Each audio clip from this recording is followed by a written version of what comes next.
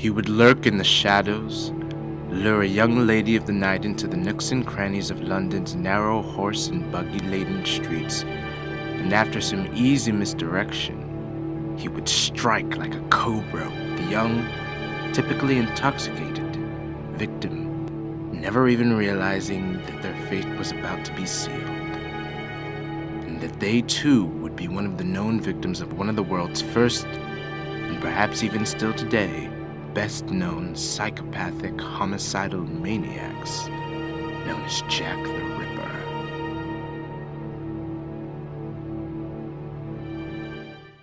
When you look at Jack the Ripper, you have to look at many things surrounding the murders. The area, what it was like at the time, the fact that there was thousands of homeless people on the street all night long. Although little is known about the man called Jack the Ripper, we can draw some information about him from the victims he claimed. All the older ones were all over 40 or around 40. They were all homeless prostitutes who, if they didn't earn money that day, would not have a bed for the night. A night to remember in the series of the murders was the night where one death just wasn't satisfactory for Mr. Jack. 45 minutes later, another body was found. Imagine, in Mitre Square, he murdered Catherine Eddowes in a place that was patrolled by a policeman every 15 minutes. So within that 15 minutes, he managed to murder, mutilate, take out her womb, take out her kidney, and escape efficiently from the scene. You know, after the night of the double event, there were vigilantes everywhere and people looking for Jack the Ripper. The whole population in this area was looking for Jack the Ripper. Would have made it very difficult for him to operate. After a month-long hiatus, Jack the Ripper delivered what would be his finest, most brutal blow. On November 9th, 1888, 25-year-old Mary Kelly was found slaughtered, naked in bed. From Mary Ann Nichols, who had no organs removed, to the double event, to the butchering of Mary Kelly, it becomes obvious that the murders escalated over time. In addition to risk and power, the media attention from newspapers was also a large factor of the Whitechapel murders.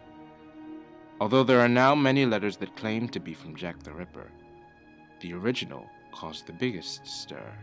I cannot see this type of serial killer putting down his knife willingly. So that tells you that something must have happened to remove this person from the scene. And there's only a few possibilities. Maybe arrested for something else we know nothing about, placed in prison, got ill, died in prison. 125 years after the notorious killings, the tale of Jack the Ripper remains one without an ending. Who was he? Why did he do it? Why did he suddenly stop? No one knew, and no one will ever probably find out. There have been over 300 people accused of being Jack the Ripper, and there are more added every year.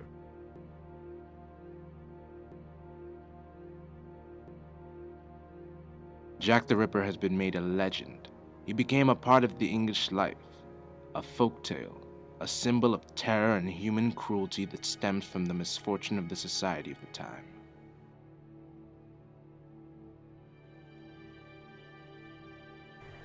Well, I think he's iconic simply because he is the first recognised, well-documented serial killer who was never caught. So not only is it a murder, it's a murder mystery, which always intrigues people.